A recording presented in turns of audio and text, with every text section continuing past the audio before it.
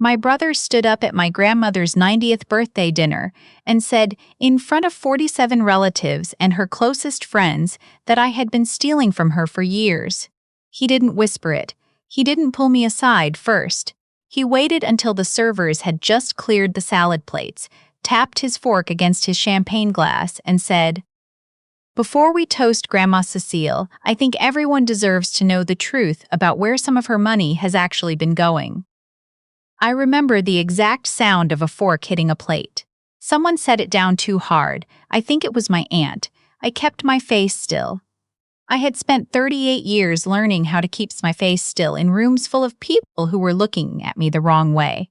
My grandmother's name was Cecile Beaumont, and she was the kind of woman who made you feel like you were the only person in the room even when there were 47 people in it. She grew up in Baton Rouge, married my grandfather at 22, moved with him to Charlotte when he took a job with a textile company, and stayed after he died because she said the azaleas here reminded her of home. She had 2 children, my mother who died when I was 11, and my uncle who lives in Scottsdale and calls on holidays. My mother's death was the kind of thing our family never quite recovered from. She was 34, ovarian cancer diagnosed in February, gone by October. I was in 5th grade. My brother was 8. After that, my grandmother became the gravitational center of everything.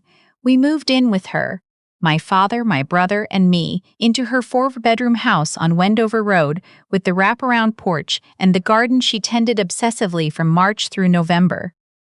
My father was not a bad man. He was just absent in ways that mattered. He went to work, he came home, he watched television, he went to sleep. He remarried when I was 16. We moved out. My brother stayed with him and his new wife. I stayed with my grandmother because she asked me to, and because her house was the only place I had ever felt safe. I lived with her, on and off, for the next 2 decades.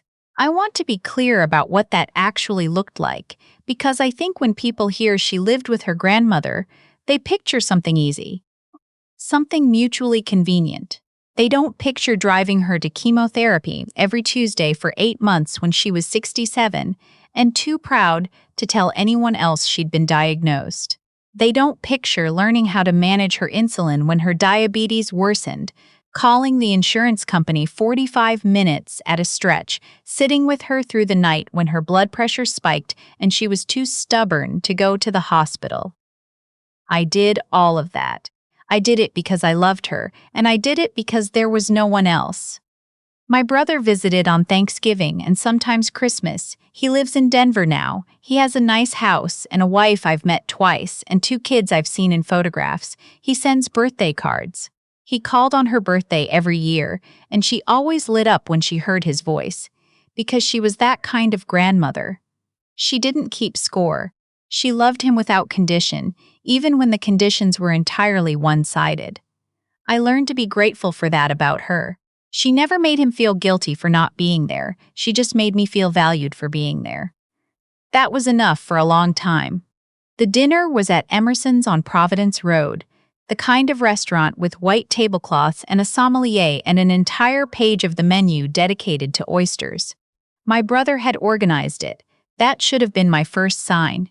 He called me 6 weeks before and said he wanted to do something special for her 90th, and I said that was a wonderful idea. What did he need from me? And he said he had it handled. He had it handled.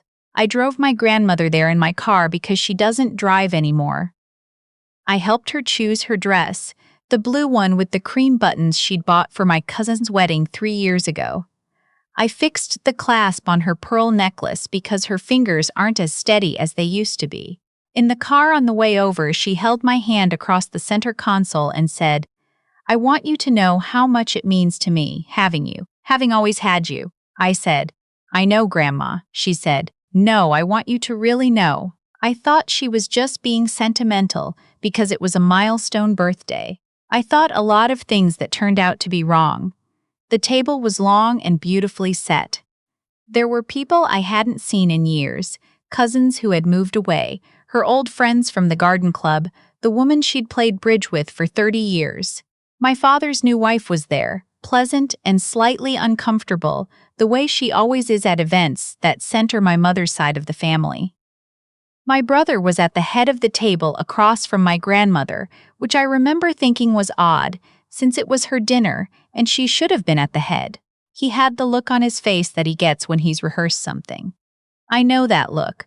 I've known it since we were kids and he was practicing speeches for student government. Chin slightly raised, a kind of performative calm. The salad plates went, the champagne was poured. He stood up. I don't remember the exact order of the words because my brain has done something protective to that part of the memory, smoothed it over the way a scar smooths over skin.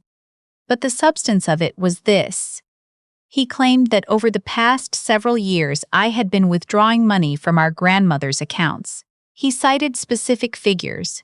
He said there were irregularities that he had discovered while reviewing her finances, which implied, without stating directly, that he had appointed himself some kind of financial overseer without anyone asking him to.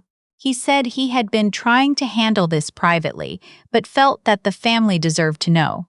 He sat down. The table was very quiet. I looked at my grandmother. She was looking at her champagne glass. I looked at my brother. He was looking at his hands. I looked at my father's wife. She looked away. The woman from the garden club, the one who had played bridge with my grandmother for 30 years, said very softly, "Oh my." I picked up my water glass and I took a sip and I set it back down. I had that practiced stillness that I've built over a lifetime of needing it. My face did not change. Inside, something was turning to ice. I said, "I would like to know which accounts you're referring to." He said, "I think we should discuss this privately." I said, "You just made this public." "Which accounts?" He named them. They were the accounts I had been managing for her since 2019, with her permission, with a legal power of attorney, on file with our bank, her attorney, and documented in a letter she had written and signed and had notarized. The withdrawals he was describing were grocery runs, prescription co-pays, the repair to the furnace that cost $4,000 in January 2022, the home health aide who came 3 mornings a week when my grandmother's knee replacement made it hard for her to manage the stairs alone. Every single dollar had a receipt. I had kept them all in a manila folder in the top drawer of my grandmother's desk because she was the one who asked me to. But I didn't say any of that at the table. I just sat there and let the room breathe around me and felt the temperature of everyone's assumptions shift toward my brother's version of events, because he had spoken first, and because he was a man, and because he had a job title that impressed people, and because he wasn't the one who had been there every day, and therefore wasn't the one who had any reason to steal. That's a thing people don't talk about enough. The person who shows up is always the first suspect when something goes wrong. The absent one gets the benefit of the doubt. My grandmother said nothing that night. She let my brother drive her home. He'd offered before I could, and I drove home alone and sat in my car in the driveway for 20 minutes before I could make myself go inside. I called her the next morning. She answered on the second ring. I said, "I need you to tell me what's happening." She was quiet for a moment and then she said, "Come over. I need to tell you something, and I should have told you a long time ago." I had been managing her finances since 2019, but I didn't know everything about her finances. I knew about the checking and savings accounts.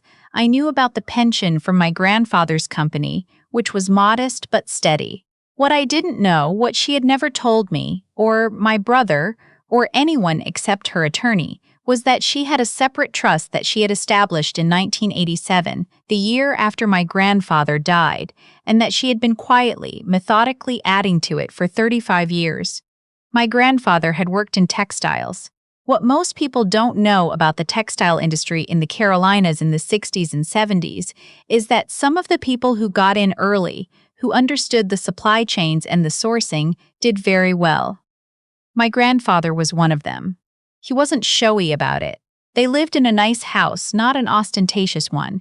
She drove sensible cars. She didn't take extravagant vacations. She put money into a trust and she let it compound for 35 years, and she told no one. The trust was worth a little over $2 million. In her living room, in her favorite chair, in the blue dress from the night before because she had slept in it, my grandmother told me that she had never told my brother about the trust because she had known for a very long time that he would fight over it. She said that wasn't a criticism.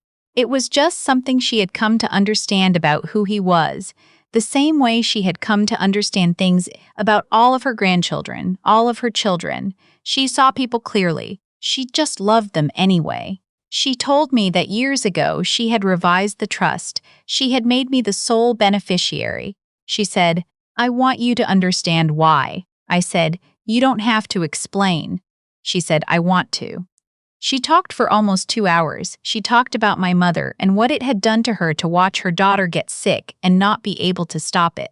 She talked about watching me step into a space that no child should have to step into, taking care of things, managing things, being steady in a way that cost me things I had never told her I lost. Opportunities, relationships, years I had spent attending to someone else's life instead of building my own. She said she had watched me do it, and she had been grateful, and she had been heartbroken, and she had not known how to say both things at once, so she had just kept adding to the trust and trusting that it would say what she couldn't. At some point I was crying. I don't always know when I start, only when I stop. She held my hand and said, "The attorney is coming on Thursday. I want you there. I want to say something about my brother that I think is important. He is not a monster." I know that's an almost absurd thing to say given everything I've just described, but it needs to be said. He grew up in a different house than I did, in the years after our mother died.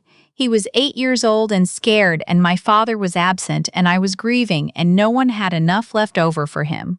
He grew up with our father and his new wife, in a house where things were fine, adequately fine, fine enough. He wasn't neglected, but he also didn't have what I had, which was a grandmother who saw him every day, who helped shape who he was, who he became close to in the specific daily, accumulating way that only proximity makes possible. He missed that. I think he felt the absence of it, without ever being able to name it. And I think when he looked at my relationship with her, at everything we had built over decades, he didn't see what it cost. He just saw what it produced, the closeness, the trust, the power of attorney, the access. And he told himself a story. People do that. They tell themselves a story that makes the thing they want seem fair. He wanted a piece of something he had kept himself at a distance from, and the only way to want that without feeling the guilt of having been absent was to tell himself that what I had wasn't earned, that it was taken. I understand that now. Understanding it didn't make the birthday dinner hurt less, but it made it make sense. Thursday morning, I sat in my grandmother's living room with her attorney and I learned the full details of the trust. The attorney's name was Mr. Caldwell, the kind of man who has been practicing estate law in Charlotte for 40 years and has the quiet steadiness of someone who has sat with many families through many difficult moments. He walked me through the documentation. He explained what had been established, when, and why. He gave me a copy of the letter my grandmother had written to accompany the revised trust document, the one she had written herself by hand in the careful cursive she had practiced her whole life. He also told me that my grandmother had, the week before the birthday dinner, notified my brother that she was aware he had been accessing certain financial records without her authorization and that she had asked him to stop. He had a copy of the email. Mr. Caldwell had been CC'd. She had known what was coming at that dinner. She had let it happen. I asked her later why she hadn't warned me, and she said, "Because I wanted you to see that you didn't need warning. You handled it the way you handle everything. You held your ground." I didn't feel like I had held my ground. I felt like I had survived something. Maybe those are the same thing. My brother called me 4 days after the dinner. He had presumably spoken with Mr. Caldwell. His voice had a particular quality that I associated with him doing something difficult. He said, "I think I made a mistake." I said, "Yes." He said, "I was looking at the statements and I didn't have the full picture." I said, "No, you didn't." He said, "I didn't know about the power of attorney." I said, "You didn't ask." There was a long pause. He said, "I'm sorry for the way I did it." I noticed what he was sorry for, not for suspecting me, not for the story he had built, for the way he did it, The public forum, the performance, the fork against the champagne glass. He was sorry for the staging. He wasn't sure yet about the rest. I said, I appreciate that. I didn't say more. I wasn't ready to. What happened in the days after was quieter than I expected.